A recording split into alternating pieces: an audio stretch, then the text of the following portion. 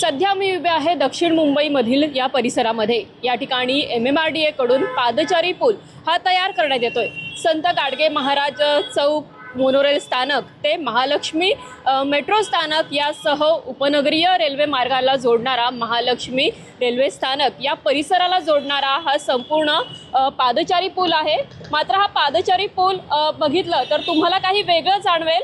यामागचं कारण म्हणजे या ठिकाणी एक ट्रॅव्हलेटर तयार करण्यात येतोय।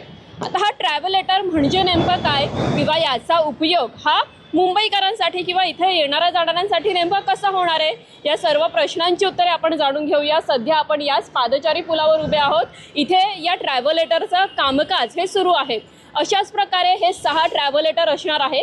याचा उपयोग असा होणार आहे, जेव्हा तुम्ही मेट्रो स्थानकाच्या इथे जातात किंवा अनेकदा तुम्ही रेल्वे स्थानकाच्या इथे गेला तर तुम्हाला सरकता जिना दिसेल, त्याचप्रमाणे हा ट्रॅव्हलेटर असणार आहे। या ट्रॅव्हलेटरचं काम काय असणार आहे तर तुम्ही ज्या ठिकाणी उभे आहात त्या ठिकाणाहून हा आपोआप पुढे पुढे सरकत जाईल, असं हा ट्रॅव्हलेटर काम करत असतो। असे 6 ट्रॅव्हलेटर या संपूर्ण जे आहे पादचारी पुलावर तयार करण्यात आलेले आहे। आता या ट्रॅव्हलेटरची नेमकी वैशिष्ट्य काय आहे, एकूण किती खर्च करण्यात आला आहे, हे ग्राफिक्सच्या माध्यमातून आपण समजून घेऊया। या संपूर्ण प्रोजेक्टची पूर्ण कॉस्ट आहे 60 करोड इतकी। यासह हा संपूर्ण प्रोजेक्ट जो आहे आत्तापर्यंत याचं कामकाज 90% इतकं झालेलं आहे। या संपूर्ण पादचारी पुलाची लांबी ही 283 मीटर इतकी आहे। तर याची जे आपण पाहिलं तर जे ट्रॅव्हलेटर लावण्यात आलेलं आहे 11 मीटर्स इतके लांबीचे हे विथ त्याचे असणार आहे। तर एकूण संख्या ट्रॅव्हलेटरची 6 आहे। कंबाईन ट्रॅव्हलेटरची जी लेंथ आहे म्हणजेच लांबी आहे ती 176 मीटर इतकी आहे।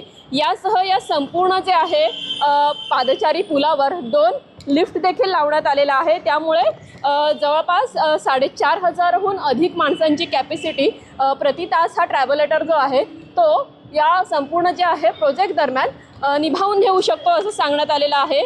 तसंच 2023 मध्ये याचं कामकाज हे सुरू करण्यात आलं होतं। आपण आणखी थोडं पुढे जाऊया। हे संपूर्ण 6 ट्रॅव्हलेटर नेमके कसे आहेत हे जवळून पाहण्याचा प्रयत्न करूया। एकंदरीत या पुलाचं कामकाज हे 90% झालेलं आहे। मोनोरेल जे स्थानक आहे संत गाडगे महाराज चौक हे मोनोरेल स्थानक असेल, यासह आपण पाहिलं तर महालक्ष्मी मेट्रो स्थानक आहे ॲक्वालाईनचं। इतकंच काय तर आपण बघितलं तर महालक्ष्मी रेल्वे स्थानक आहे। या संपूर्ण जे आहे भागांना परिसरांना जोडणारा हा पादचारी पूल असणार आहे। यासह आपण पाहिलं तर याचं कामकाज हे अंतिम टप्प्यामध्ये आलेलं आहे। तुम्ही या ठिकाणी उभं राहू शकतात आणि आपसुकच हा जो ट्रॅव्हलेटर आहे तो तुम्हाला पुढे घेऊन येत जाणार आहे, असं या ट्रॅव्हलेटरची वैशिष्ट्य आहे। म्हणजे असा ट्रॅव्हलेटर हा मुंबईमधील पहिलाच असा पादचारी पुलावर तयार करण्यात आलेला आहे।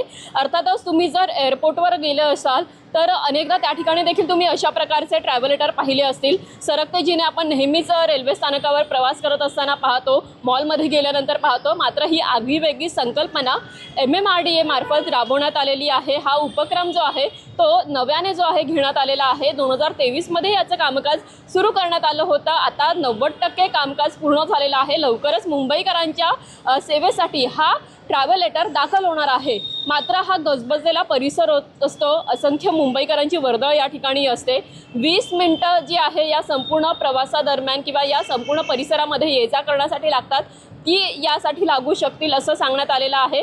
अर्थातच हा कालावधी जो आहे यापूर्वी अधिक काळ होता। तुम्हाला जर रस्ते मार्गावरून जात असताना वाहतूक कोंडीचा सामना करावा लागत असतो किंवा अनेक जे आहे पदपथावरून चालत असताना अनेकदा जे आहे अडथळे येत असतात। मात्र हा ट्रॅव्हलेटर पूल तयार झाल्यानंतर, हा पादचारी पूल तयार झाल्यानंतर मुंबईकरांचा जो वेळ आहे तो देखील वाचणार आहे आणि जी कनेक्टिव्हिटी आहे ती देखील आणखी वाढू शकणार आहे असं MMRDA कडून सांगण्यात आलेलं आहे। लोकमत मुंबईसाठी मुक्ता लोंढेचा रिपोर्ट।